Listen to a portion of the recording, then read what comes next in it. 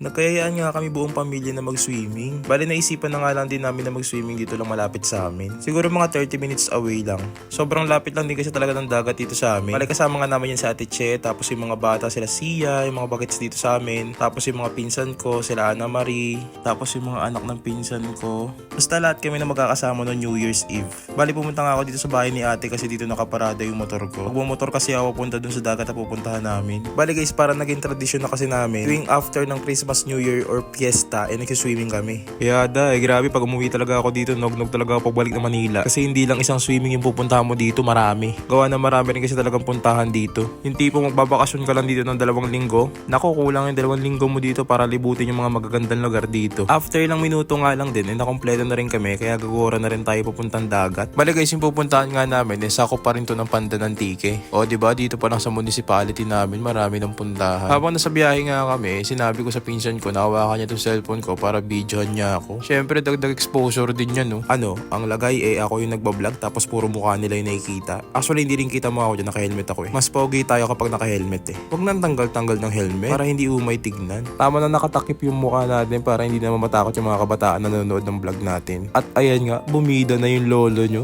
Overtake na, nag-top speed. Siguro pumalo ako dyan ng 116. Dito lang kasi tayo nakakapag-top speed eh. Sa Manila kasi pabagalan doon. Ikaw ba naman sobrang traffic eh. Ewan ko na lang kung hindi ka pa magbagal. Makalipas nga ng ilang minuto na biyahe namin, nakarating na rin kami dito. Pala guys, open beach nga pala ito napuntahan namin. Dito lang yun sa barangay Tingib, Pandan Antique. Tapos pagkadating nga namin dito, hindi ko ina-expect na andi dito rin pala yung iba naming kamag-anak. O diba, nagkatagpo-tagpo kami lahat dito. Ito talaga yung part na masaya eh. Yung tipong hindi naman masyadong pinaplano pero nagtatagpo-tagpo kayong lahat. Shoutout sa mga kamag-anakan ko dyan.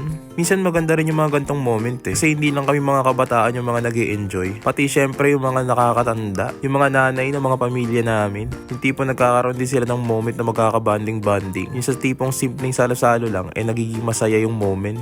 After nga ng ilang minutong pahinga at tamang kwentuhan, napagdesisyonan na rin namin na pumunta dun sa tabing dagat at mag-swimming na. Bala guys, nagpunta nga pala kami dyan mga bandang alas 4 na ng hapon. Medyo mainit kasi talaga dito kapag oras ng tanghali. Kaya mas prepared namin na pumunta dito tuwing hapon. Alas 4 na nga ng hapon yan pero ang taas pa rin ang sikat ng araw. At ayan nga guys, nagsimula na maglaro yung mga kabataan. Tamang huli lang ng alimango si Seki oh. Yung nanay talaga yung napagod hindi yung bata. Tapos yan yung iba namin kasama. Ewan ko kung anong hinahanap nila dyan.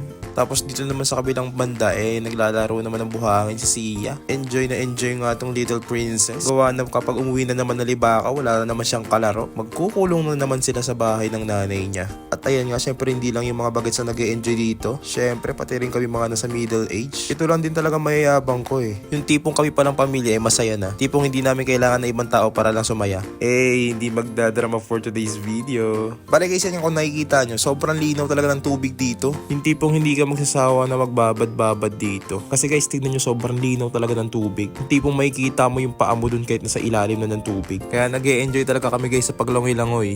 Yung tipong pati nga yung aso, napapalangoy na lang. Sobrang ganda dito. Sana all marunong lumangoy. Samantalang yung amo wala, hindi marunong. After ng ilang minuto nga na pagbababad sa tubig, naisipan ko na maglakad-lakad para naman na maipakita ko sa inyo kung gaano kaganda dito. Bale guys, yung pinuntahan nga namin dito is private property to, tas bakanting lote lang siya. Buti naman at pinapayagan kami pumasok dito ng may-ari. Kung nakikita nyo guys, meron na rin ditong ihawan. Kaya kung pupunta kayo dito, pwede kayo mag-ihaw-ihaw dito. Habang papon nga ng papon, mas maraming pumupuntang tao dito. Maganda rin kasi talaga dito guys yung sunset view. Yung tipong ang sarap magbuni-muni, ang sarap tumambay. Sobra.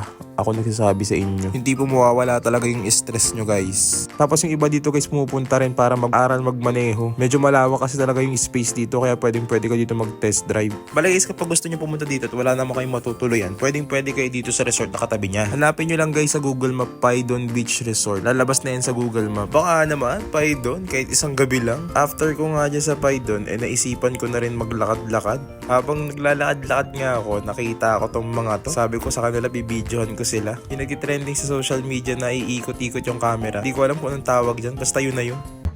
Oh, magandang dilag. Puso ko yung nabihag.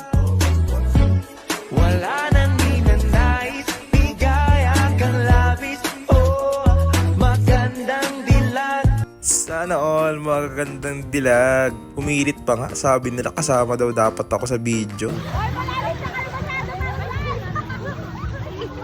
Mabilis tayo ikot naman sana, di ba? Unang try nga, epic kagad. Okay, take 2 tayo, take 2.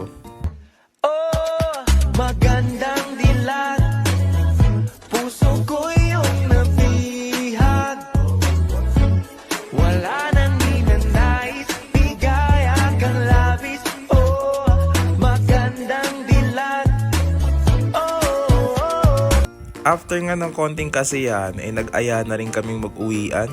Medyo magdidilim na rin kasi at wala rin namang ilaw dito sa area. Kaya guys, kapag gusto nyo mag-camping dito, magdala kayo ng sarili nyong ilaw or any device na pwede kayo mag-charge like power bank or power supply. Gawa na dito talaga sa bakanting lote, wala talagang saksakan dito. Unless na lang kung tutuloy kayo sa mismong Paidon Beach Resort. Makalipas ka ng ilang minuto ay bumiyahe na rin kami pa uwi. So paano ba yan guys? Hanggang dito na lang. Hanggang sa muli!